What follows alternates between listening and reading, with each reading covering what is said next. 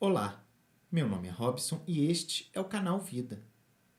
Após termos navegado pela criação do universo e da vida nas visões de diversas religiões e da ciência nos vídeos anteriores, chegamos à questão abordada no vídeo passado, quando indagamos sobre a existência ou não de almas nos seres vivos no entendimento de diversas religiões e da ciência. No entanto, no decorrer do vídeo, os questionamentos se multiplicaram e as mais diversas religiões não tinham as respostas com a profundidade e detalhamento que esperávamos. Verificamos que a ciência possuía seu ponto de vista e que o espiritismo talvez tivesse resposta para algumas das questões. Mas teria para todas? Quais? Seriam respostas plausíveis? Resolvemos então pôr o espiritismo em xeque e descobrir quais questões ele é capaz ou não de responder. Trataremos disso hoje, aqui no canal Vida.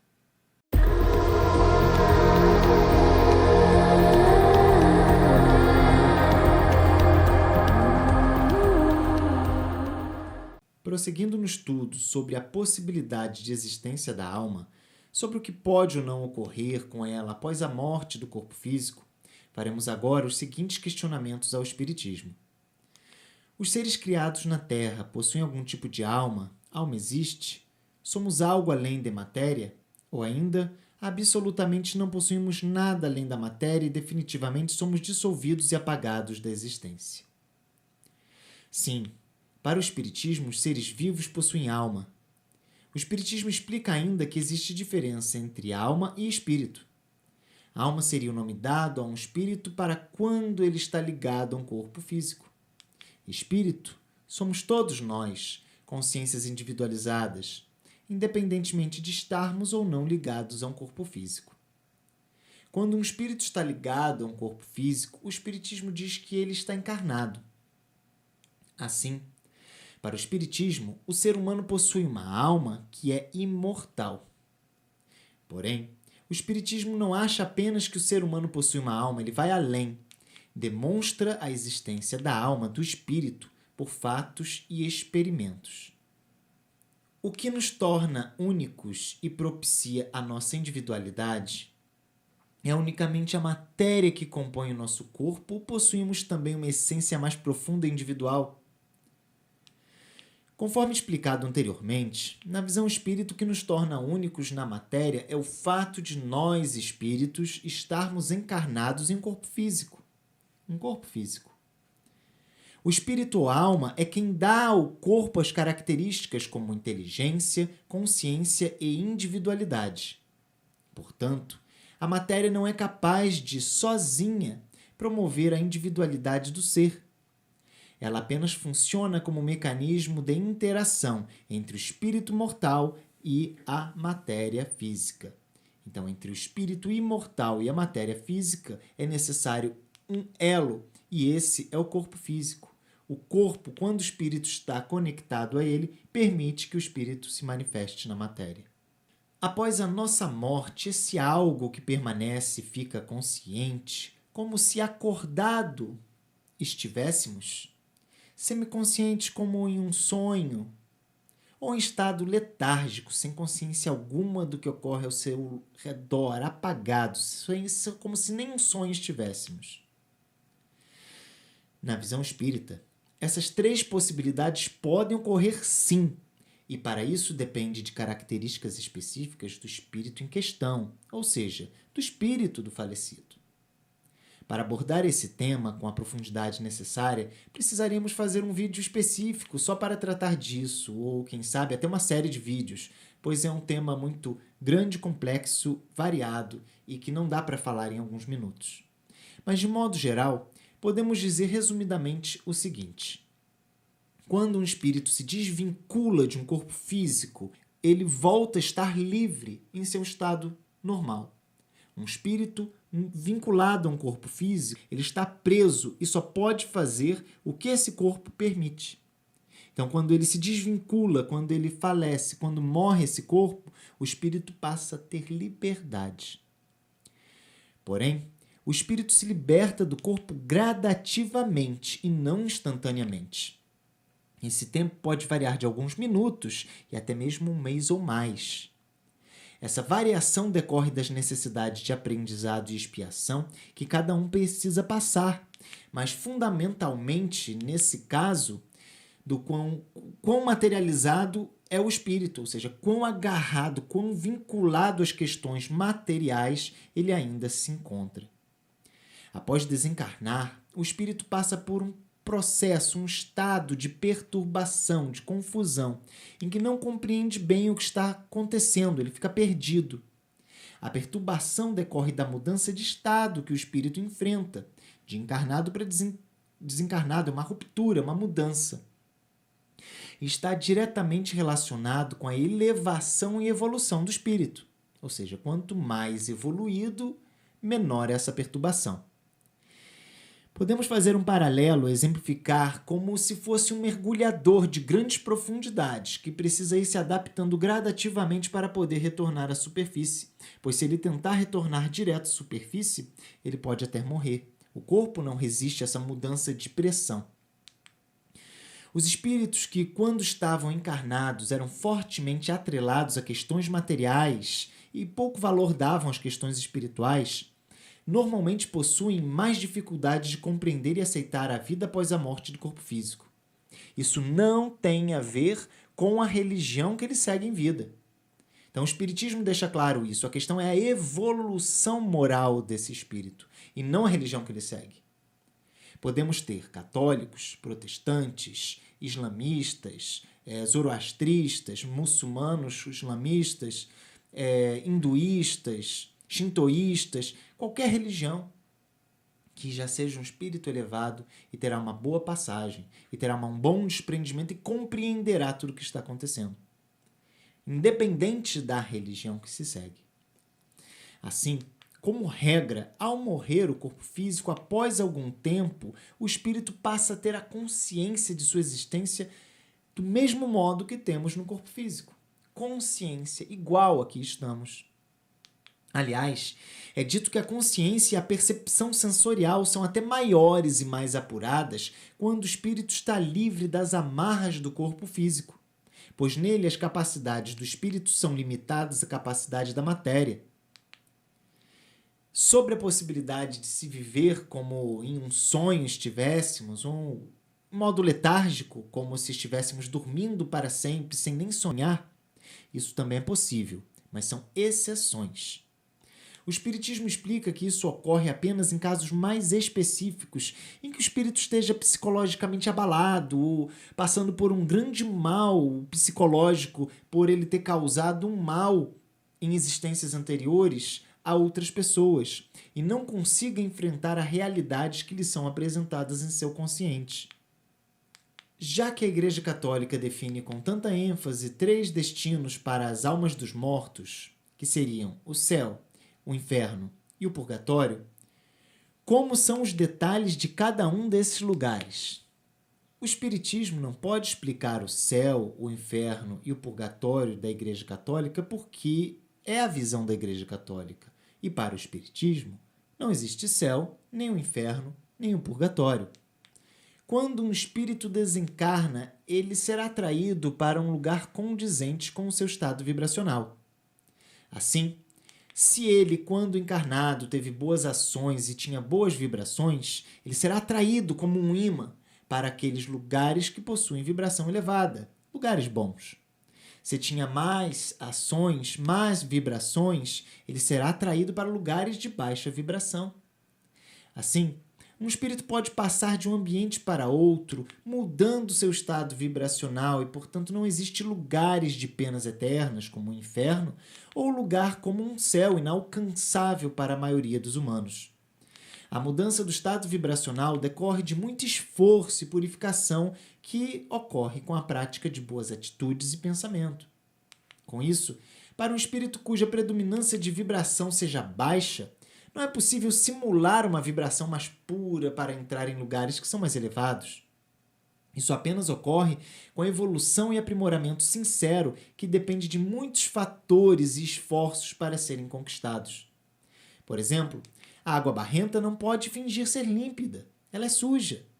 Ela precisa antes ser filtrada, decantada e purificada para poder se transformar positivamente, para poder ser límpida e ter a sua intimidade limpa, positiva e estar aprimorada. Outro sim, o Espiritismo não pode conceber um inferno de penas eternas, pois isso seria contrário à bondade de Deus. Analisemos o seguinte paradoxo. Jesus, há 2000 anos, veio aqui à Terra e orientou as pessoas a perdoarem infinitamente e a serem boas e caridosas. Quando disse, não perdoais até 7 vezes, mas até 70 vezes 7, ou seja, perdoais sempre ao infinito. Enquanto isso, Deus condenaria a penas de sofrimentos eternos os seus filhos que cometeram erros em uma simples e curta existência na matéria? É algo muito contraditório nisso. Algo muito contraditório mesmo.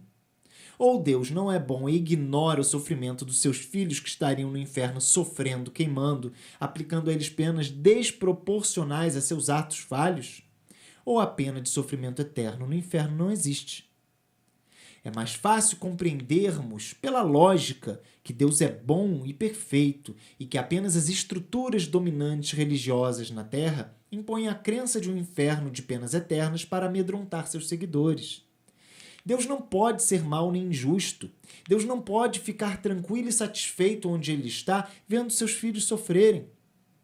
Se Deus não é mau nem injusto, Ele não pode condenar a um sofrimento eterno um filho que cometeu um erro em um momento ínfimo, insignificante da eternidade. A grande questão é que a maioria das pessoas não compreendem profundamente o significado de uma pena eterna. Podemos exemplificar numericamente para que fique mais compreensível, porém ainda bem longe da eternidade. Imaginemos o grande número para nós de 1 milhão de anos. Não podemos esquecer que Jesus veio à Terra há bastante tempo. Isso foi apenas 2000. Estamos falando de 1 milhão de anos. Então, imaginemos esse número de 1 milhão de anos. Independentemente do erro que alguém tenha cometido, Deus seria justo ao dar 1 milhão de anos de sofrimento em um fogo ardente a uma pessoa que tivesse feito mal em sua existência terrestre, que normalmente tira num período de apenas insignificantes 80, 100 anos? Isso é algo totalmente incompatível com bondade que se deriva de Deus, pois por mais mal que alguém possa fazer em uma existência, uma penalização durante toda a eternidade é algo surreal, é desproporcional. Assim, o Espiritismo refuta veementemente qualquer possibilidade de penas eternas e assim refuta a existência de infernos, de céus e de purgatórios. Se Deus desse penas eternas a seus filhos, Deus seria tão mau quanto nós somos, ou até mais mau do que nós somos. Jesus veio à Terra nos ensinar o amor, nos ensinar o perdão, nos ensinar a fazer o próximo o que gostaríamos que fizéssemos. Ele falou para aquela moça que ia ser apedrejada pelo adultério para ser perdoada. Ele falou a Pedro para não perdoar 7 vezes, mas 70 vezes 7. Então, como que ele vai, logo em seguida, falar que existe um inferno de penas eternas? A questão que envolve é outra. Para aquele espírito que está ali sofrendo, aquela amargura, aquela dor, aquele sofrimento que na prática é um sofrimento moral, de arrependimento, de tristeza, que ele se pune, que se autoflagela, para esse espírito, essa pena não tem fim. Para ele, o sentimento, a percepção é que nunca vai acabar aquela sensação de dor, de sofrimento e de angústia. Ele não consegue ver um término para isso. E, portanto, veio-se a ideia de penas eternas. Mas essa questão das penas eternas são apenas vislumbradas, vistas por aqueles irmãos nossos, espíritos inferiores, que ainda não compreenderam a essência do todo, a essência divina. Então, para eles, sim, o sofrimento é eterno. Igualmente para aquela pessoa que está com uma dor, que está num hospital, que está sofrendo, para ela, aquela dor ali daquele momento é uma dor forte, extrema, independente de qualquer outra que já tenha sentido na vida. Aquela dor é a que importa. Ela dói E para aquela pessoa, parece que essa dor será eterna. Da mesma forma, o espírito desencarnado que sofre suas angústias morais, para ele também a pena é eterna. E por isso as comunicações vieram desde muitos séculos e séculos falando de penas eternas. Daí as religiões falam e pregam sempre nesse sentido. Porém, os espíritos elevados e superiores sabem que não existem penas eternas. Sabem que não é assim que funciona. Porque se a pena fosse eterna, Deus seria mau e desproporcional em seus atos. A individualidade do ser continua a existir após a morte? Sim. Ao desencarnarmos, permanecemos com a nossa mesma individualidade, desejos e ideias. Se gostamos de algo, permaneceremos assim gostando. Se não gostamos, nossa opinião também permanece igual, não muda. Podem ocorrer variações em virtude do fato de que estarmos desprovidos do corpo físico ou em contato com a verdade, tenhamos uma alteração nos valores que possuímos. Porém, não existem radicalismos, não existem mudanças abruptas. Um espírito que encarnado era mau e suas satisfações ocorriam em ambientes de promiscuidade, não virará um espírito bom por simplesmente ter desencarnado. Do mesmo modo que um espírito desprovido de cultura e conhecimento não se tornará um sábio só porque perdeu o corpo físico. A individualidade permanece sempre e as características que distinguem uma pessoa da outra continuam a existir e a distinguir um espírito do outro. O livre-arbítrio continua a existir? O Espiritismo diz que o livre-arbítrio é uma lei de Deus. Diz também que existem outras leis que devem ser cumpridas, não só o livre-arbítrio, como a lei de causa e efeito, por exemplo. Assim, nos explica que, apesar de existir a liberdade, as obrigações também existem e que ninguém é livre para fazer o mal e ficar impune. Portanto, a pessoa é livre para exercer suas atividades e fazer o que quiser. O espírito é livre para fazer o que deseja. Porém, todo mal praticado será colhido de volta até o último centavo. Nada ficará impune. Fazemos algo ou ficamos eternamente parados sem fazer nada quando desencarnamos? Sim, fazemos. Não ficamos à toa. Os que gostam do bem se reúnem para ajudar outras pessoas e outros espíritos, para se aprimorar, praticar o bem, ajudar o próximo, evoluir, plantar a semente do bem no coração das pessoas. Podem resolver estudar em instituições físicas na Terra para se aprimorar intelectualmente ou nas instituições de ensino do plano espiritual.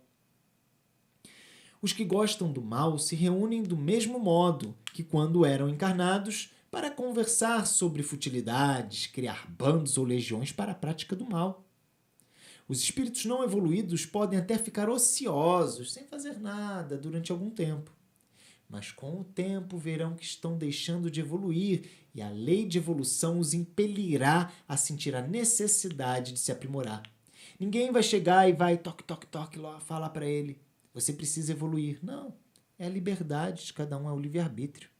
Ele por si perceberá que está ficando para trás, que tantos outros que ele conhecia está evoluindo, se melhorando, se aprimorando e ele está ficando para trás. E isso, essa vontade de acompanhar, fará com que ele busque seu aprimoramento moral e intelectual e deixar assim de ficar ocioso. Podemos deixar de fazer algo ou somos obrigados a fazer? Depende. Se estivermos em lugares ruins, de baixa vibração, outros espíritos podem sim nos obrigar a fazer o que eles querem e até mesmo nos escravizar espiritualmente. Mas nada acontece sem o merecimento de cada um. Um espírito bom, elevado, que sempre buscou fazer o bem, jamais será escravizado, pois não há permissão de Deus para isso. E sua superioridade moral impede qualquer ação das hordas inferiores contra ele. Já aquele que passou uma existência carnal, praticando mal, estará entregue à própria sorte ao chegar no ambiente espiritual e estará vinculado às esferas inferiores, quando então só Deus sabe o que poderá acontecer com ele. Porém, Quando ele se arrepender sinceramente de todos os males praticados, se Deus permitir, ele poderá ser acolhido por espíritos bons e evoluídos e poderá deslumbrar um aprendizado e evolução para ir para o caminho do bem. Como é a nossa percepção sensorial quando lá estamos, quando estamos no mundo espiritual, no ambiente espiritual? Vemos como aqui vemos, sentimos, ouvimos, dormimos, comemos? É uma questão bastante interessante. Os sentidos, segundo os espíritos, são mais eficientes quando o espírito está livre do corpo físico do que quando está encarnado. Quando encarnado, o espírito precisa dos órgãos físicos, como os olhos e os ouvidos, para poder ver e escutar o que ocorre em suas proximidades. Para um espírito, não há um órgão físico para ver ou escutar. O espírito não tem olho, o espírito não tem ouvido. O espírito ouve e vê por todo ele e para todos os lados.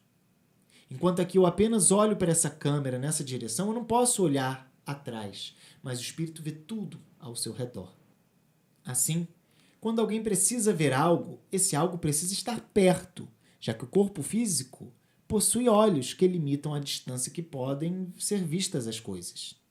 Então, eu consigo ler algo que está numa certa proximidade. Consigo ver algo até certa distância. Algo muito longe se torna pequenininho. Mas um espírito não. Quando o espírito precisa ver algo, esse algo pode estar muito distante. E mesmo assim ele o verá como se estivesse perto. Bem perto. Também é capaz de ver no interior das coisas, dos corpos opacos e na escuridão. Pois para um espírito não importa se está claro ou escuro. Quem precisa de luz para ver é apenas o olho presente no corpo físico. O espírito não tem olho, então ele não precisa de luz para ver, para enxergar. Um espírito consegue ver dentro de um corpo opaco. Ele consegue ver através da parede. Ele não precisa estar do outro lado. Ele consegue tudo transparente para ele. Já o corpo físico precisa, porque é a reflexão de fótons que faz com que nós possamos visualizar as coisas. Quanto às necessidades de dormir ou comer, ocorre o seguinte. Espíritos não sentem sono nem fome. Espíritos não precisam de comida. Quem precisa dormir ou comer é o corpo físico. Há, porém, incontáveis relatos de espíritos que dizem que sentem fome, que precisam comer e dormir, por exemplo. Como explicar isso? Isso se deve ao apego que aquele espírito em particular ainda possui com a matéria e suas necessidades que aparentam ter sensações físicas. Nada mais são do que construções mentais, ou seja, está na cabeça dele essa necessidade. Está na mente dele, melhor dizendo, porque o espírito não tem cabeça. Ele crê que sente fome, então, fome ele sente. Ele crê que sente frio, então, frio ele sente. Vemos com isso que as percepções das necessidades de comer, beber e dormir são apenas sintomas psicológicos e não necessidades físicas de fato. E aqueles espíritos que buscam se alimentar com alimentos humanos, que até pedem para deixar um alimento para eles, uma água, uma bebida, alguma coisa, são espíritos ainda muito atrasados, são espíritos ainda muito agarrados à matéria. Isso não significa que são maus, significa apenas que ainda estão muito vinculados a esse nosso mundo físico, a esse nosso ambiente físico.